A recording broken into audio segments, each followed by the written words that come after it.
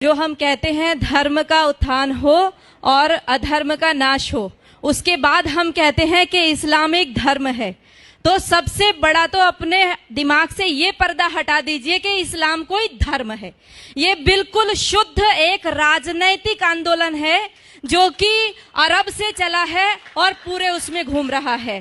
वो राजनीतिक सत्ता को प्राप्त करने के लिए कुछ भी कर सकते हैं।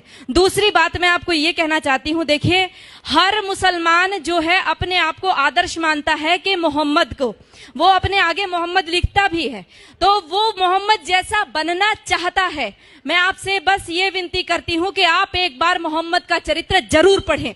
जैसे हम रामायण को पढ़ाने के लिए कहते हैं ना, वैसे आप सबसे विनती है कुरान को पढ़िए और मोहम्मद के चरित्र को पढ़िए। ये पढ़ना बहुत जरूरी हो गया है। राम को पढ़िए और उसको पढ़िए। लोगों को प्रेरणा कीजिए कि कुरान जरूर पढ़ें। अपने बच्चों को अरबी सिखाइए। उनके लेटर, मैं नजीबाबाद से आ रही हूँ, लगातार अरबी में लिखा हुआ है, समझ ही नहीं आता क्या लिखा हुआ है, क्या इसमें पढ़ाया जा रहा है। जिस देश में 3 लाख से ज्यादा मदरसे चल रहे हो, जिस देश में 2 लाख से ज्यादा मस्जिदें विद्यमान हो, उनमें तैयारी क्या हो रही है। दिन रात बोल रहे ला इलाहा इल्लल्लाह, 5 बार बोलते हैं, 5 बार नमाज पढ़ी जाती है और शुरुआत इसी से करते हैं कि कोई नहीं है, ला माने नहीं है कोई भी अल्लाह के जैसा, और मोहम्मदुर रसूलुल्लाह अर्थात मोहम्मद ही उस अल्लाह का रसूल है। इन 2 के अलावा और किसी को हम पूजेंगे नहीं, मानेंगे नहीं। अब ये बता दो, जिस व्यक्ति को 5 बार लगातार यही बताया जा रहा हो, दिन में 5 बार जब बताया जाता हो, तो उसकी मेंटलिटी क्या बनेगी। वो सीधे आपके ऊपर तलवार लेकर के खड़ा होगा। और ये केवल, ये तो अजान है, नमाज अलग होती है, ये अजान है। आओ आओ, अपनी नींद को छोड़ करके आओ, बैठो यहाँ। उसके बाद एक मौलवी बोलता है, एक मौलवी के इशारे पर सब झुकते हैं, खड़े होते हैं। उसके बाद वो वहां पर आयतों का पाठ होता है, और आयतें हम क्या समझते हैं, जैसे हम मंदिर में घंटा बजाए आते हैं, वैसे उनकी नमाजें चल रही हैं। बिल्कुल गलत सोच है। वो नमाज इसीलिए पढ़ रहा है कि हमारा विनाश करना है। अगर हमारा विनाश करने के लिए कोई व्यक्ति दिन में 5 बार तैयारी करता हो और हर पड़ोसी तैयारी कर रहा हो 5 बार, और हमारी नींद ना खुले, तो याद रखो कि हमने अपना रिमोट कंट्रोल उनके हाथों में दे दिया है। उनको प्रॉब्लम हमारी गाय से नहीं है, उनको प्रॉब्लम हमारी माताओं बहनों से भी नहीं है, उनको प्रॉब्लम है केवल हमारे अस्तित्व से। जब तक एक भी हिंदू बचा हुआ है, तब तक उनको प्रॉब्लम है। उनको तब तक लगातार जिहाद करने के लिए कहा गया है, और लगातार हमारी माताओं बहनों के साथ अत्याचार दुराचार करने के लिए कहा गया है। कोई पढ़ करके तो देखे उनके, वो रोजा किस लिए रखते हैं, कोई पढ़े रोजा किस लिए रखा जाता है। रोजा कोई नवरात्रों जैसा व्रत नहीं है, कोई नवरात्रों जैसा व्रत नहीं। आज हम रोजे को नवरात्रे के साथ जोड़ रहे हैं। हम नवरात्रों में अपनी माँ दुर्गा की कल्पना करते हैं, उसको जीवन में उतारने की कोशिश करते हैं। जितनी मोहम्मद ने लड़ाई लड़ी थी, सारी रोजे के टाइम में लड़ी थी, और सारी की सारी तैयारी करने के रोजा इसलिए रखा जाता है कि आप लड़ाई लड़ोगे, जंग लड़ोगे तो भूखा रहना पड़ेगा। अब उस भूख प्यास को आप कैसे सहन करोगे। आप रोजे का असली शब्द ढूंढ करके लाइए। उनके अरबी कोश में सोम शब्द है, जिसका अर्थ है घोड़ों को भी हफाना, अर्थात घोड़े भी तैयार करना और खुद अपने शरीर को मजबूत करना।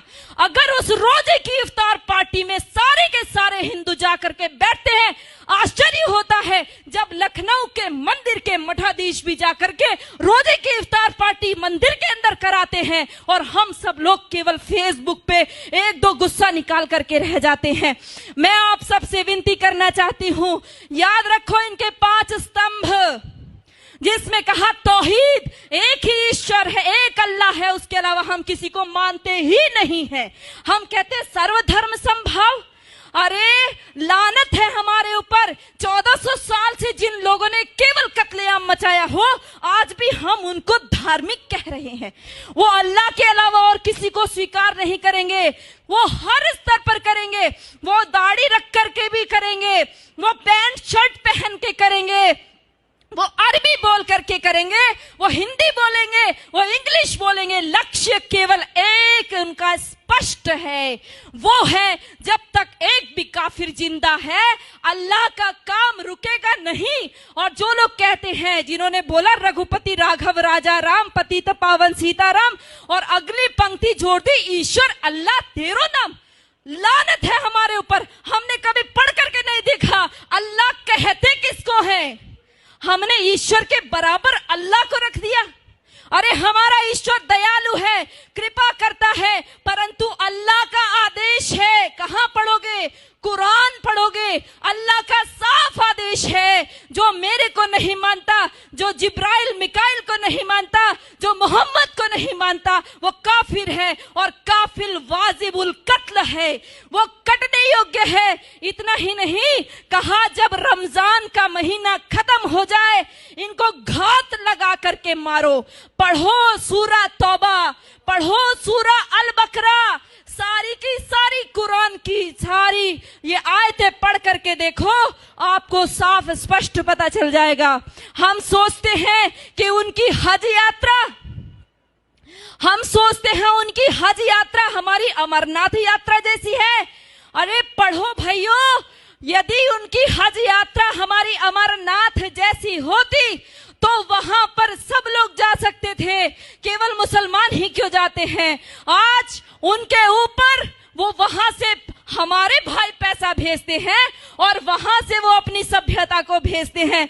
उनको कोई एम्बेसी में राजदूत भेजने की आवश्यकता नहीं है कि भारत में आप हमारे अरबी कल्चर का प्रचार कीजिए। ये सारे बढ़ाए हुए दाढ़ी, ये सारे ऊंचा पजामा और नीचा कुर्ता पहन करके सारे वहां से सीख करके आते हैं और अपने आप यहां पर आकर के सिखाते हैं।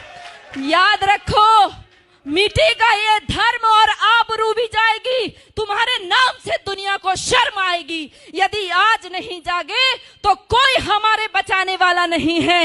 ये नमाज खिलाफत का मिनी ट्रायल है।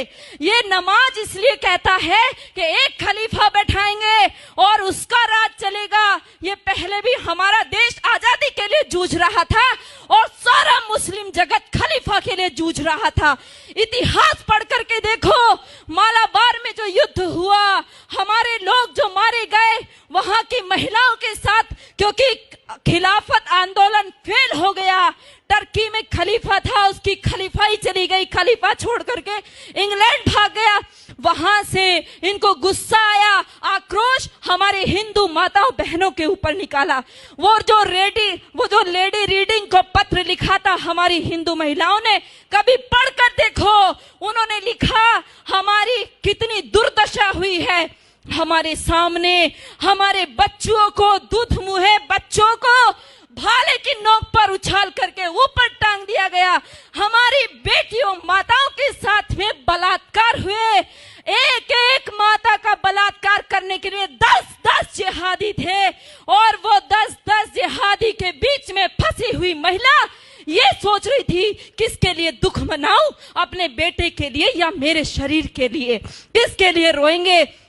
दर्द को भी दर्द आएगा, वो ऐसी भयंकर स्थिति है।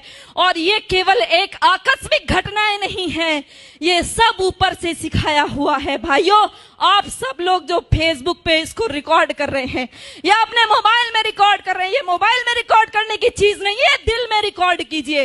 इसको अपनी बहनों को, माताओं, बेटियों, बच्चों को बताइए।